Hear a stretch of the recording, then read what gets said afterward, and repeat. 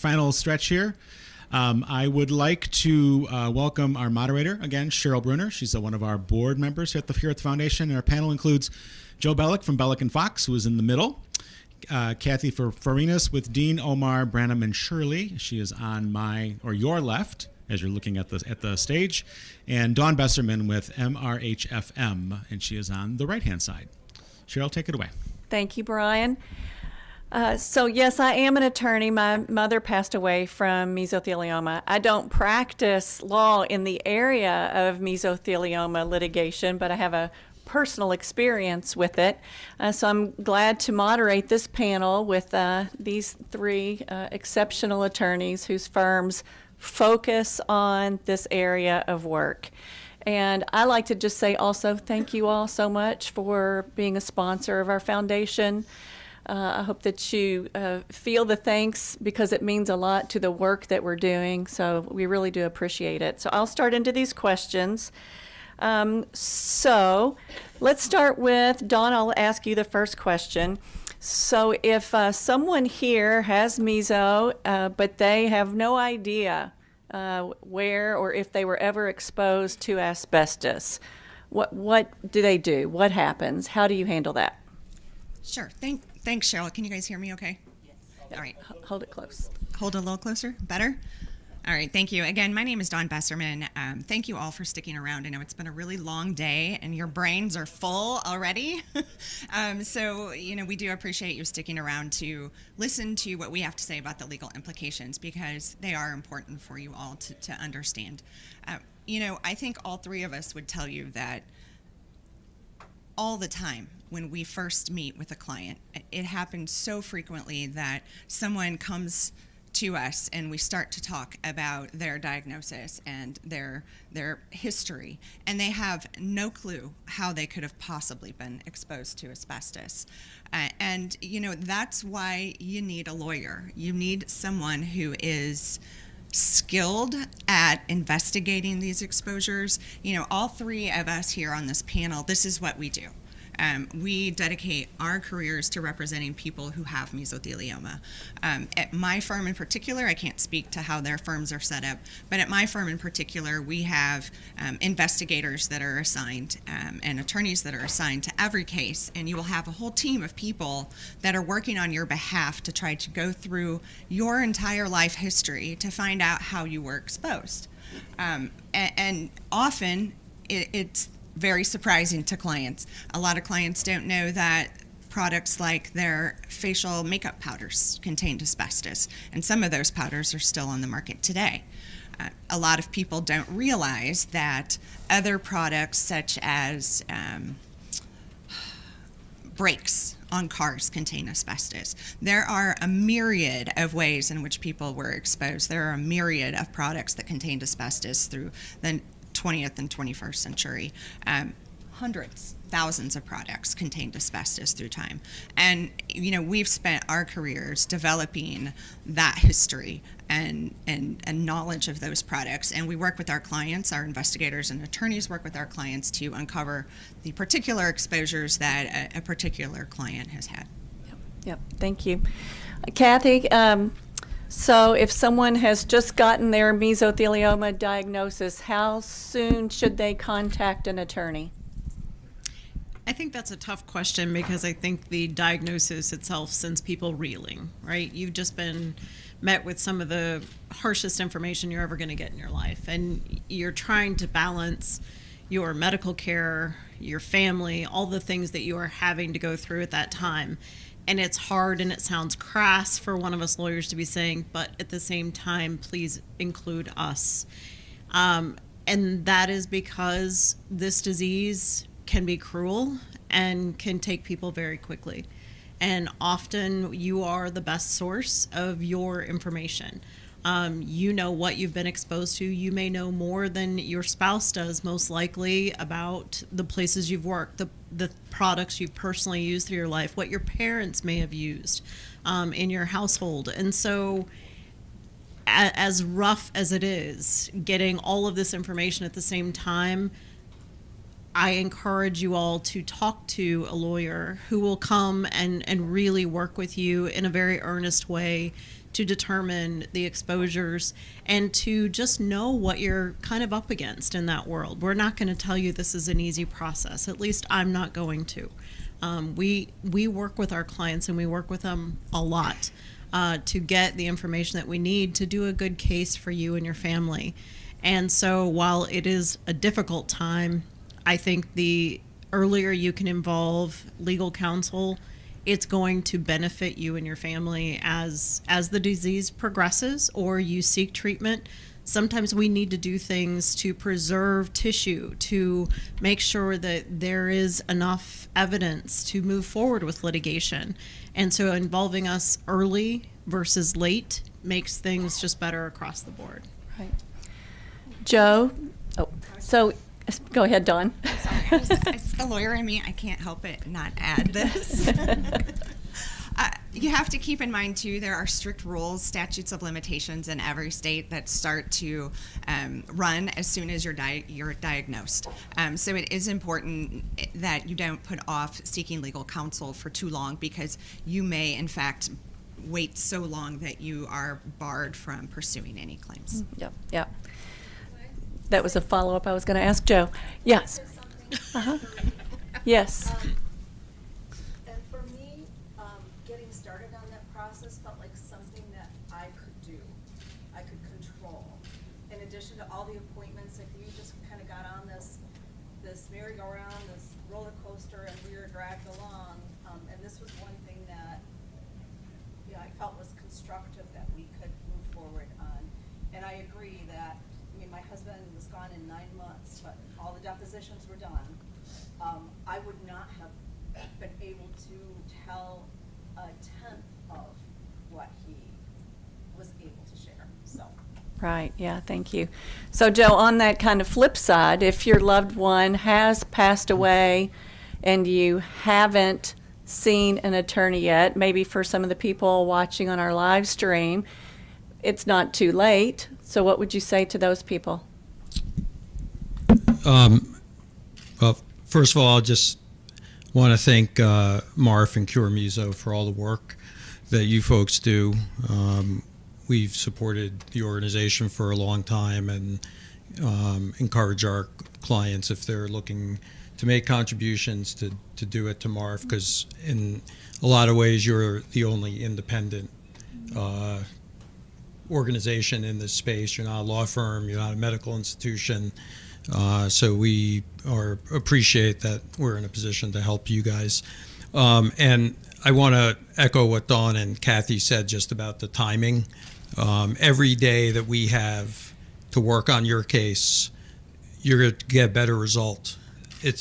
We know this, and people who have lived through this know that people who have mesothelioma can turn very quickly.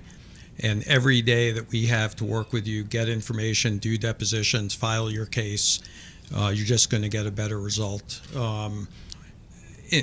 If your loved one has passed away and they didn't hire a lawyer before that happened, it's not too late. Most states, like for example New York, you get a new statute of limitations for what's called the wrongful death claim. So,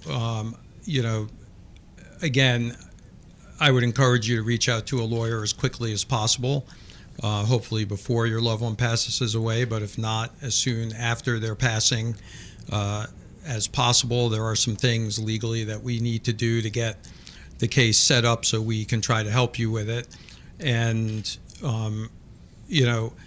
one of the key things about this is you want to hire a firm that has expertise in asbestos and mesothelioma cases.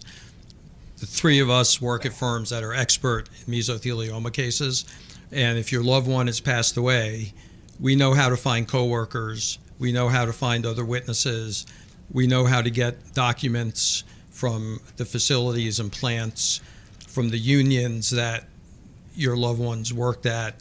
There's a lot of resources and techniques that we've built up over the years. A lot of them we have already in our law office, Navy ship records, muster rolls from Navy ships. So it's not too late, and I would encourage you to seek out a firm that specializes in this to let us try to help you investigate it. Mm-hmm. So is it possible to have mesothelioma and not have a legal case? Yes, it is. Anything is possible. What your answer is. Go ahead. Of course it is. I am a firm believer that even with a BAP1 gene, it takes the extra dose. It takes something to mutate that cell. And so I don't think you often see a BAP1, what the defendants often argue is a spontaneously caused meso. I think it means that somebody hasn't dug deep enough to figure out where that person was exposed or how they were exposed. That's my personal theory. I will stand up on a soapbox and defend that every single day of my life because that's what we do. I shudder to think I've been doing this for 24 years. I've been a lawyer for 27, 24 of them have been dedicated to mesothelioma cases.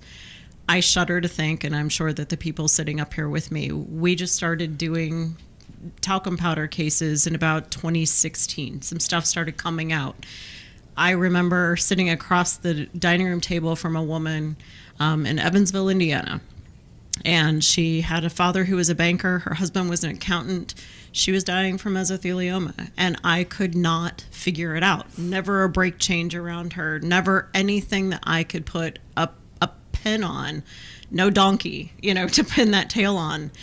And now I wish I could go back in time and ask her, did you use baby powder? Did anybody use Gold Bond around you? What kind of makeup did you use? Because now those are all the kinds of questions I would ask. And I shudder to think at how many, especially women, all of us turned away and said, I can't figure out who to sue for you. We've looked at everything. I can't figure it out. And it literally breaks my heart to think of those people that we did at some point tell, I'm sorry, I can't do anything for you. Mm-hmm. So are there cases? Sure. But my theory is you just haven't looked hard enough. Right. And so that is a dedication of our firm, is that we will not literally leave a stone unturned. I will try my best to figure out where. I think the thing we all struggle with right now, even if we can figure out some exposures, some jurisdictions treat their citizens different than other jurisdictions, and it sickens us as well. There are certain states where if that is your sole source of your exposure, it's very hard to bring litigation. So there are going to be times you could be told by lawyers, I'm sorry, we can't do much to help you.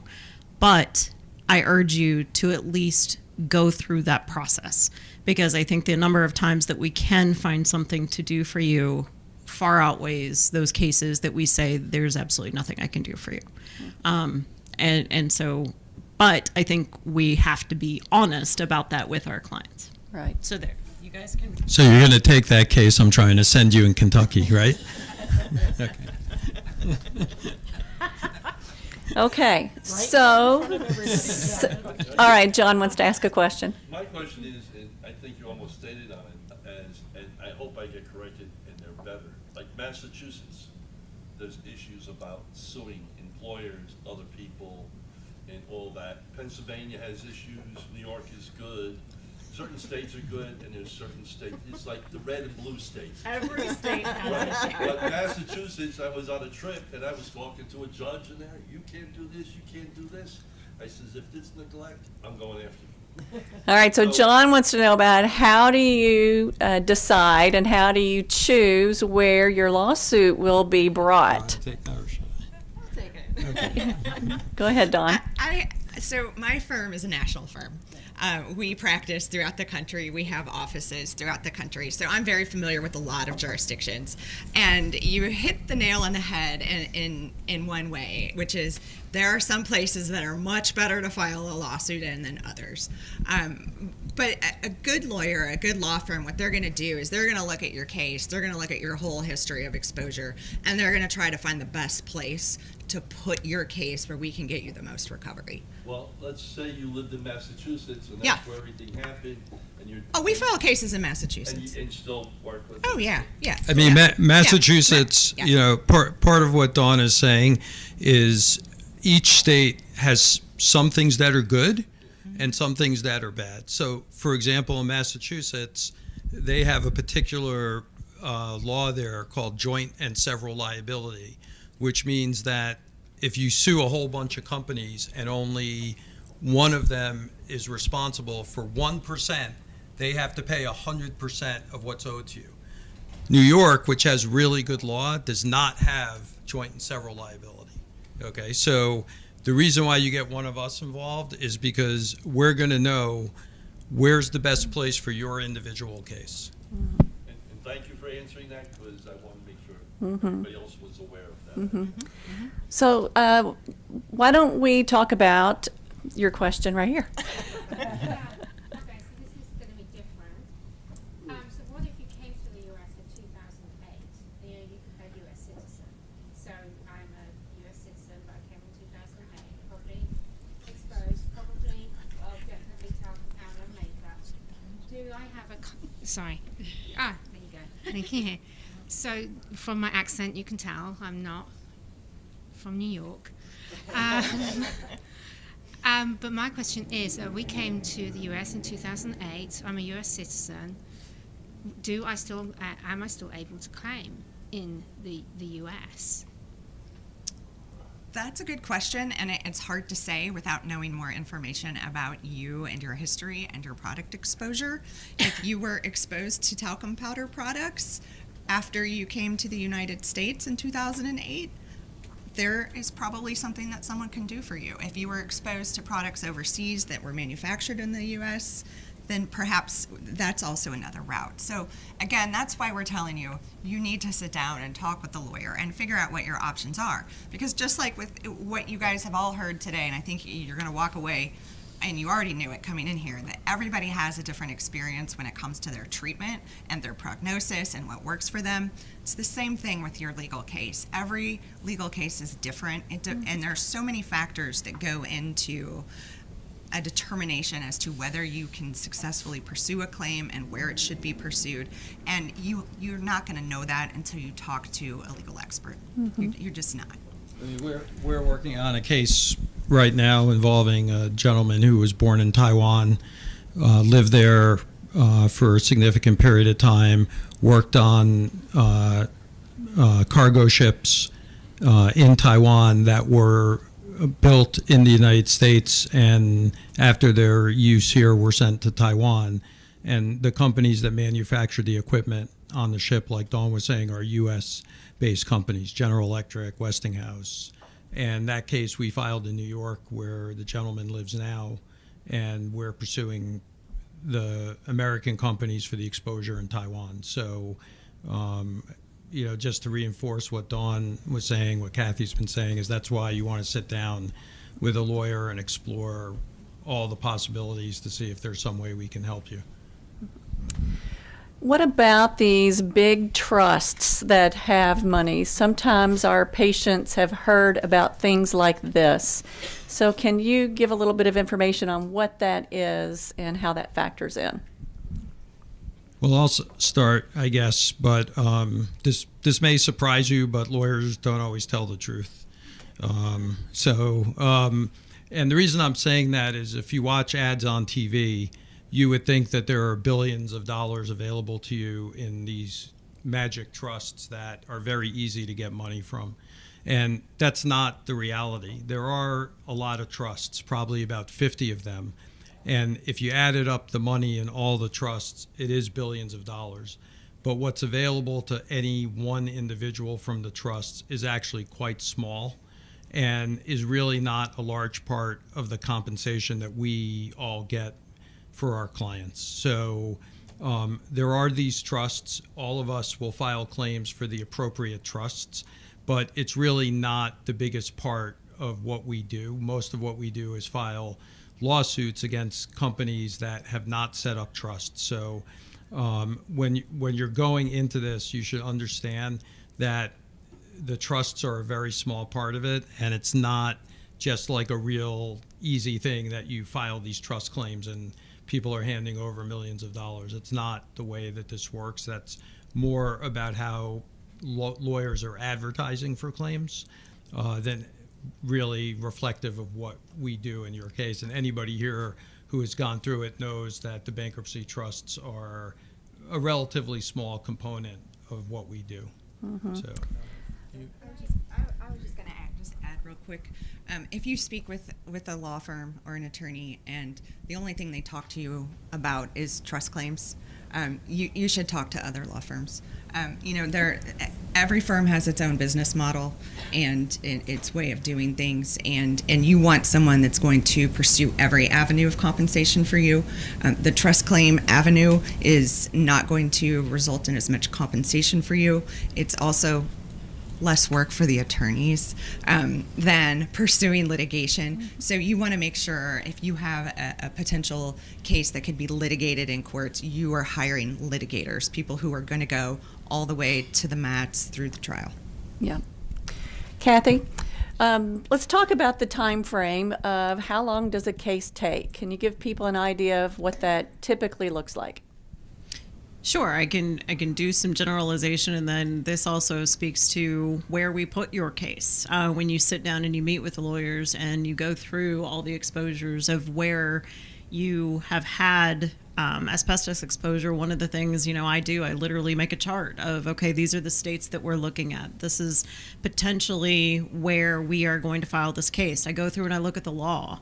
And I think everybody up here, when I'm saying I mean we sit down, we look at the law that applies to those jurisdictions. And then at the same time, I'm looking at how quickly can I get you deposed? How quickly can I get you a trial date? How quick is this judge in this jurisdiction moving cases? I want to pick the best law and the quickest route to put your case in. So the long-winded version of this is it's going to depend. Where we can put your case is going to factor in how quickly your case is going to move. There are some jurisdictions where getting a trial date is literally like pulling teeth. There are other jurisdictions that you can get a trial setting in probably as quick as 6 months. I practiced initially in Indiana most of my career, and now nationally. But in Indiana, we have a rocket docket that's 8 months from the date you file your case to the time you get a trial, as long as you have a living mesothelioma plaintiff. If somebody passes, unfortunately, they go to kind of the back of the first in, first out. That is typical of quite a few different jurisdictions. But I think the goal of our practice is always getting you the fastest trial date we can, because that's what promotes the compensation. The defendants will sit back and really not want to do much of anything till their feet are really on the fire, literally. And so it is part of the consideration of where to put your case as to how quickly your case is going to move. I would say an average from the time you hire an attorney till the time your litigation is done, and I am not talking about the bankruptcy claims. We have some horrific bankruptcy stories. I think Pittsburgh Corning declared in 2000. They opened their trust in 2017. It was a 17-year process for a bankruptcy claim. But as far as the litigation, what we're actually doing in a courtroom somewhere with you, those are running on average for a living case anywhere, like I said, from the earliest 6 to 8 months to completion up to about 2 years, I think would be my estimate in most jurisdictions. Sometimes you're fighting all the time, and the defendants are going to fight back and try to push that trial. As some of you may know, that once someone passes, you in lots of jurisdictions lose different claims. You might lose punitive damages. You might lose pain and suffering in some jurisdictions. So the defendants have a goal of stretching these cases out as long as they can. Number one, it keeps the money in their pocket longer. And number two, they benefit from dragging these out and you losing some of your compensation rights. So our goal is always push, trial date, get you deposed, get you a trial date. So on that note of that bankruptcy, can any of you update us on the Johnson & Johnson bankruptcy and what's going on there? Okay, I'm just going to say this, that all of us are really good at what we do, but Kathy's firm is probably, in terms of Johnson & Johnson, the firm that's leading the fight on this. So I'm going to give her back the mic to talk about this. Very kind of you, Joe. Go ahead, Kathy. This is my soapbox. I'm just going to get it out right now. Johnson & Johnson has now declared bankruptcy twice. They are a multi-billion dollar company. It is a fraudulent bankruptcy every single time. We are now going on name changes, liability shifts 7, 8, and 9 for Johnson & Johnson since the year 2001. I'm not going to go into the Plato project and everything else that they did, but this was a very long, thought-out process by Johnson & Johnson. I actually am arguing this in a court on Tuesday. I'm arguing this in a court on Thursday. They are trying to escape liability every chance that they can by renaming and redressing what Johnson & Johnson truly is. So right now they have created new entities. So they have a mesothelioma track that is not in bankruptcy right now. They've created a new company called Pecos River Talc. And then they've created another entity called Red River Talc. For those of you who don't know where those names come from, they're rivers in Texas, where they like to do this thing called the Texas two-step. So that is where they go create a new company, dump liability, run, go file bankruptcy in North Carolina. That is the Texas two-step. All of us have gone to the Hill to oppose this. We are working legislatively. We are working in the court system. We are opposing things in the bankruptcy court. Right now, for your cases, people with mesothelioma, they have not declared bankruptcy for this new entity, Pecos River, yet. Doesn't mean that they're not going to. Interestingly, what they did is they created this company, Pecos, which has all the liabilities, but no assets. And so they have to get their money from another entity they created called Holdco. Holding the money company is what I call it. And so they have to beg for that money to be put into Pecos right now. So it is a name game like no other I think we've ever seen in this litigation. We are still going after them. We are trying cases against them. We just got a $15 million verdict 2 days ago against them. And I hope many more. So it is currently for mesothelioma patients and clients, it is not in bankruptcy at this time. And I also just wanted to say it's probably appropriate around Halloween time to talk about what we call zombie corporations. But we're not just doing this work for Johnson & Johnson and tel companies. My firm, Kathy's firm, we are resurrecting companies that bought insurance, and the insurance money has been basically taken by insurance companies through dissolutions and bankruptcies and changing of corporate structures. And we are literally going into states around the country and reviving these companies and forcing the big insurance companies like AIG and the Hartford and Travelers and Liberty Mutual to fork over the money that they took in policies to make it available for you and our clients. And it's, in a lot of ways, we've become insurance lawyers in addition to mesothelioma lawyers, but it's a massive fraud that was perpetrated by these companies. And right now, a lot of that insurance money is controlled by Warren Buffett, who has stockpiled a lot of the cash that these companies paid to buy insurance for these claims. And when the companies disappeared, the money was just put to the side. So it's not just Johnson & Johnson. It's a lot of companies that expose people to asbestos that we're fighting to get basically back and get the policy money back. I'll just add, like Joe was just saying, it's not just Johnson & Johnson. That's the one that gets a lot of press. They weren't the first to do the Texas two-step. They were the biggest name, recognizable name that's done it. But there are other companies that all of our firms are in the process of fighting their attempts at bankruptcy because they are, as Joe said, fraud. These companies have money. These companies harmed you. And just to go back to the Dr. Carboni comment, not to beat a dead horse, but I'm going to.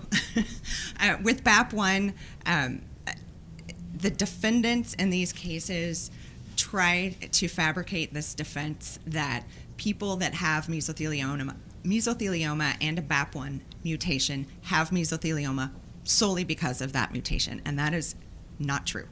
You have mesothelioma because you were exposed to asbestos, and that's why you need a lawyer, because you need a lawyer to figure out how you were exposed so the lawyer can go after the companies, whether they're solvent or bankrupt or faking bankruptcy to hide from you, so that you and your family get the compensation that you deserve, because the reality is that this disease is a man-made disease. It is made by corporate greed, and that is why you're all suffering. Ooh, I want to clap. That was my soapbox.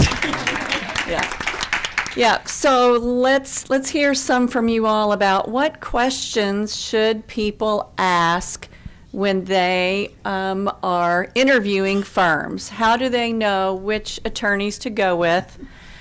And let's see. What are you looking for, the microphone or no? Okay. So. She can be Oprah now. Just speak closely into the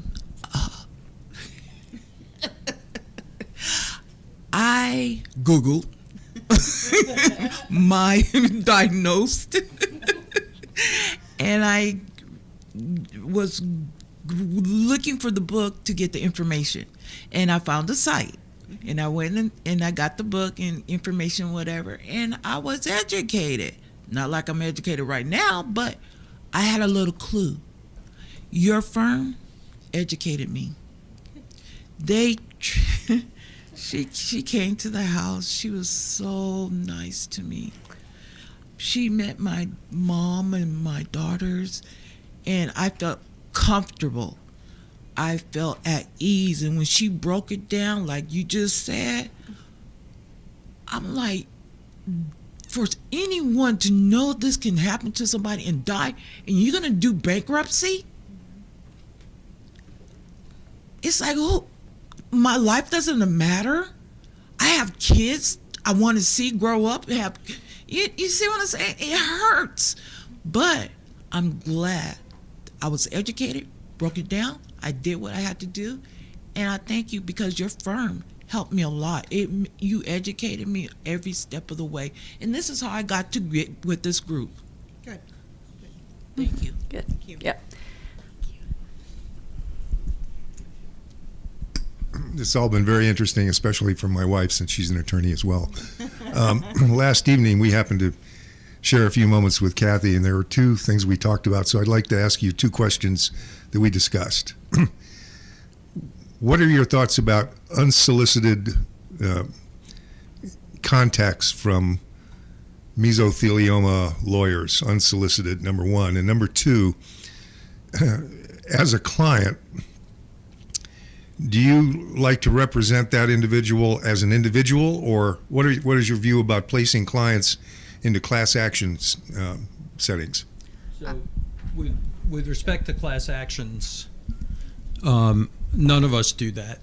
In fact, there's a U.S. Supreme Court case called Georgine, which many of us were involved in, which prohibits class actions for mesothelioma victims.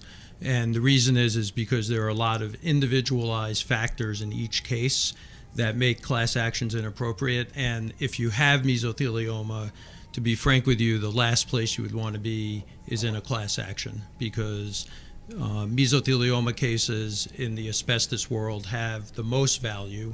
And if they get grouped together with other types of cases involving asbestos, the value gets pulled down, and the individualized factors that allow us to increase compensation disappear. So any lawyer you go to who mentions a class action, you want to get up and walk out, because that's not the way these cases are handled. In terms of unsolicited contacts, I think the ethics rules are pretty clear that that should not be happening. Even if it's a physician or medical provider, they should be asking your permission before sharing any information with a lawyer. Unfortunately, we know that there are unsolicited contacts that go on, but whether it's mesothelioma or any other personal injury cases, the rules are pretty clear that that's not something that should be happening.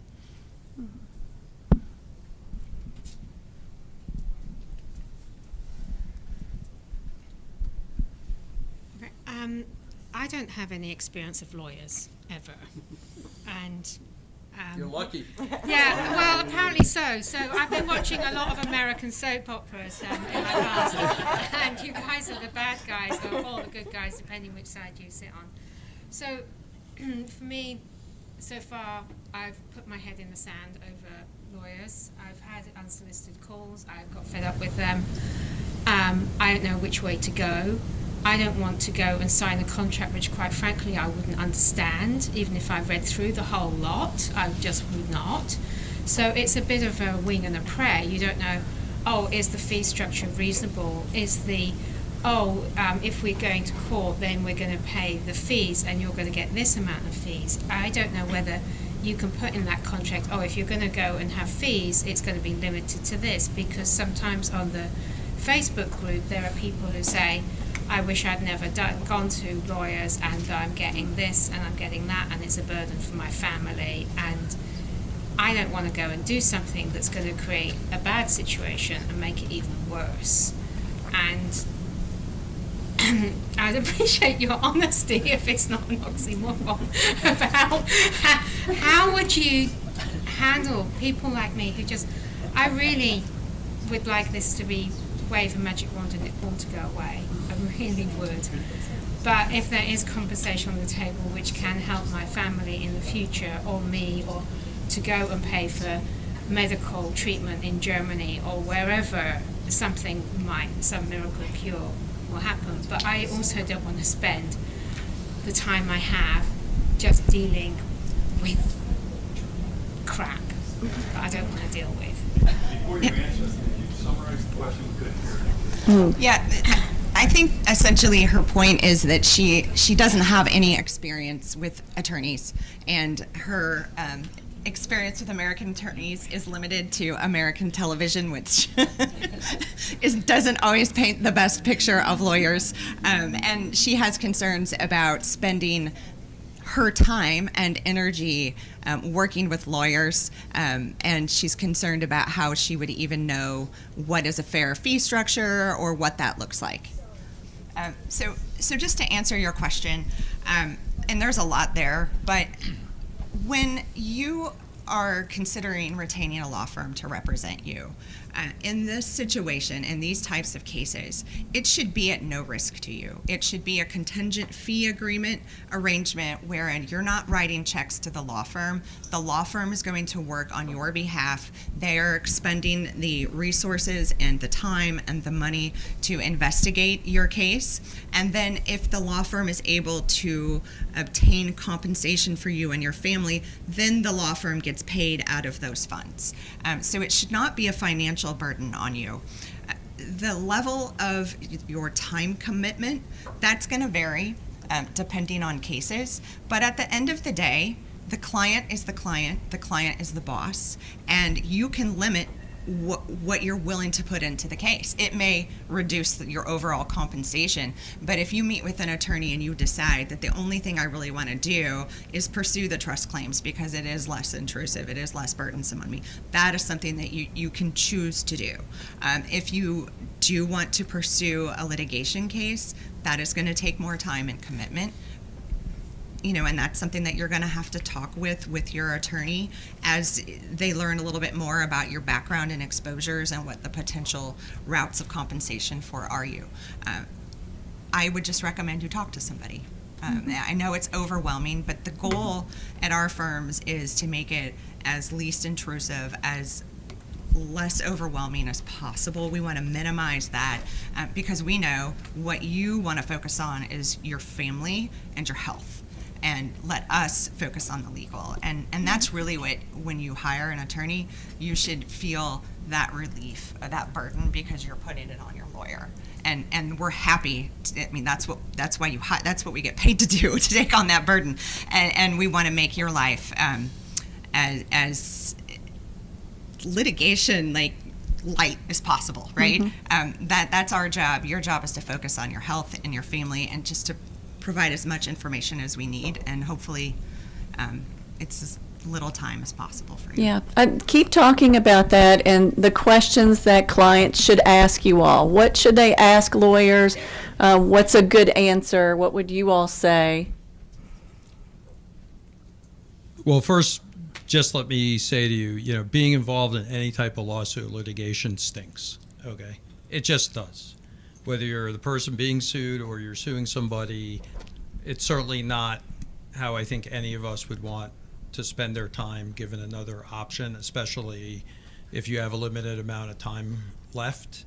But there's a lot of important purposes to it. I mean, one is to get compensation. So if there are medical treatments that are not covered, if there are things that you need to do, if you've been supporting your family or doing things around the home that need to be replaced by hiring people.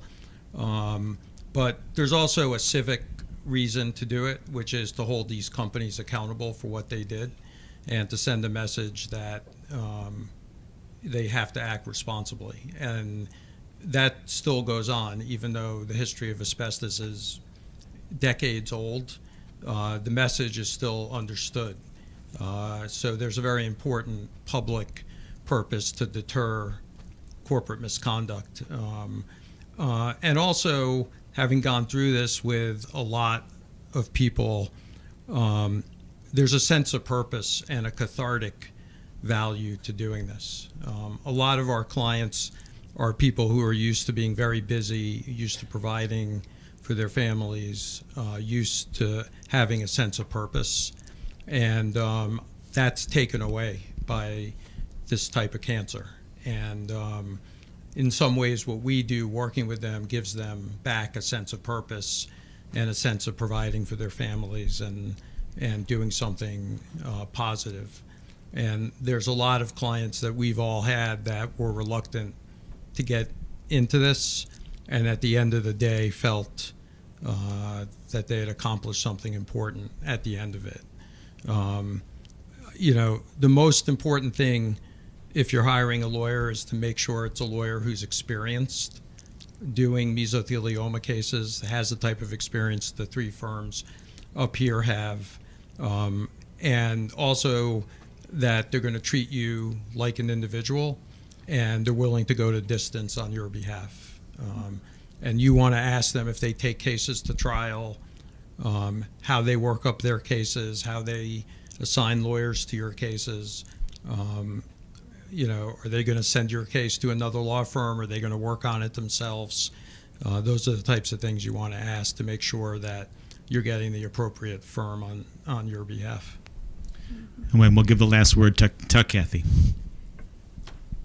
I reiterate everything that my colleagues here have said. I think it is important to understand the role that you want to fill in the litigation. And so I think sitting down with a potential attorney to represent you, I would have a list of questions. And I think it's important to go into those meetings with knowing what you want to do, how much of your time you want to give to this process. And it's often a question that people are asking, not only how long do these cases take, but what's going to be required of me?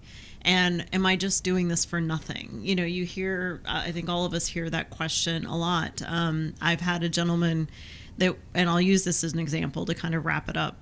I had a client in Minnesota who, talked with them initially, and then it just was something. They had been in some really negative litigation before due to an unfortunate loss of a daughter, and they did not want to do this again.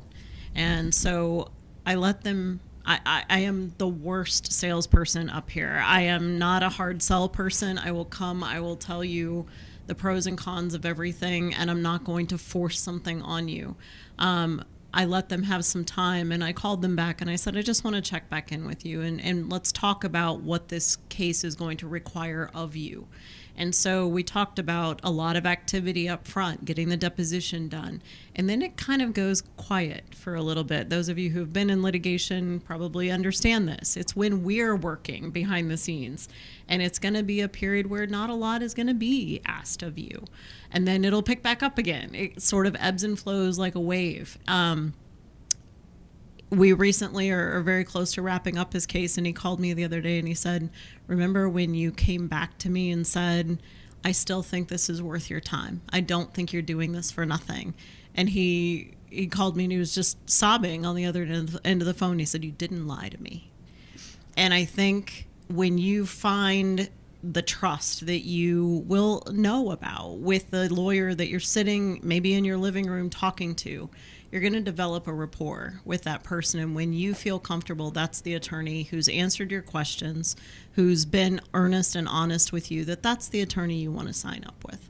And you're going to have your questions answered. When they can't answer your questions, I would be leery, because there's probably not one of us up here who can't answer these kinds of questions when it's truly their passion and it's what they do for a living, is working with people like you all in this room to make something hopefully a little bit more right for you. We're never going to be able to give you back your health, and it's something that all of us wish we could. But holding these companies responsible, like Joe said, for what they've done, they made conscious choices that put you here in this room, and they need to answer for those choices. And that's just, I think you will just know.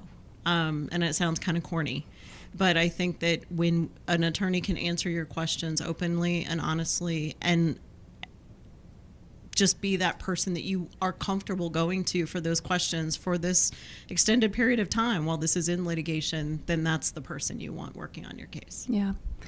Dawn, Joe, Kathy, thank you all for being here. They are going to still be here. I'm sure that there's still more questions that want to be asked, but since we are after 5 p.m., Brian is going to come back up with a quick thank you and goodbye, and Dawn, Joe, and Kathy will be here to talk to you. Well, folks, you made it. Applause for everyone. You made it.